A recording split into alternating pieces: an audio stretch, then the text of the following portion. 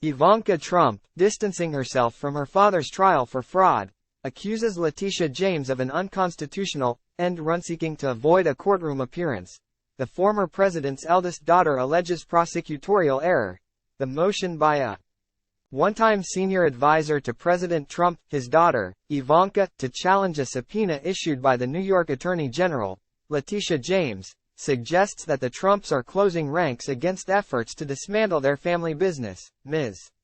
Trump, who was named in Ms. James's initial indictment, has already slipped through the clutches of prosecutors once in this civil fraud case, which accuses Mr. Trump, his family, and their business of fraudulently inflating the value of their assets to obtain better terms from lenders.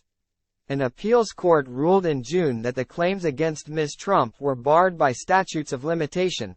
The former president's daughter served as the Trump Organization's executive vice president for development and acquisitions before she departed to advise Mr. Trump at the White House in 2017. Ms. James has acknowledged that Ms. Trump engaged in conduct that fell altogether outside of the applicable limitations period. While Ms. Trump may no longer be liable for fraud, her brothers Donald Jr. and Eric are still on the hook. Ms. James continues to seek her testimony. The presiding judge, Arthur Engoron, has already found Mr. Trump committed persistent fraud, and the trial to which Ms. James seeks to summon Ms. Trump is devoted to tallying the extent of the damages he will be forced to pay. Now, though, Ms. Trump, in a memorandum filed to Judge Engoron, accuses the Attorney General of effectively trying to force her back into this case from which she was dismissed, and by a unanimous appellate ruling at that. Now, Ms. Trump argues that the issuing of subpoenas to 3 corporate entities, and not Ms. Trump in her personal capacity, is an end run around the failure of prosecutors to previously depose her. Ms.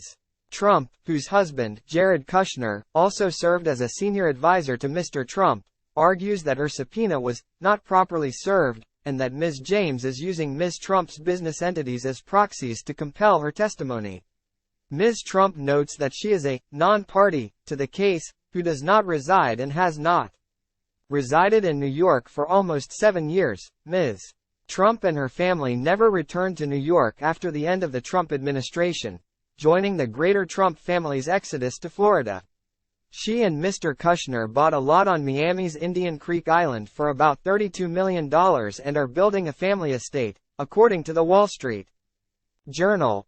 Rules around how to serve a subpoena stem from the judicial consensus that the Constitution's Due Process Clause prohibits courts from exercising jurisdiction over a defendant, unless the defendant has proper notice. The Sixth Amendment also ordains that the accused shall enjoy the right to be informed of the nature and cause of the accusation. Citing the New York state law that governs the fraud case, Ms. Trump writes that there are distinct and separate requirements for personal service upon a corporation and personal service upon a natural person. Ms. James, she alleges, elided that distinction by sending her summons to 3 corporate entities affiliated with Ms. Trump. Ms. Trump maintains that a subpoena addressed to these businesses, TTT, Oppo, and 502 Park, is not sufficient to reach her personally and does not compel Ms. Trump to appear in Judge Engoron's Lower Manhattan courtroom. In her individual capacity, Ms.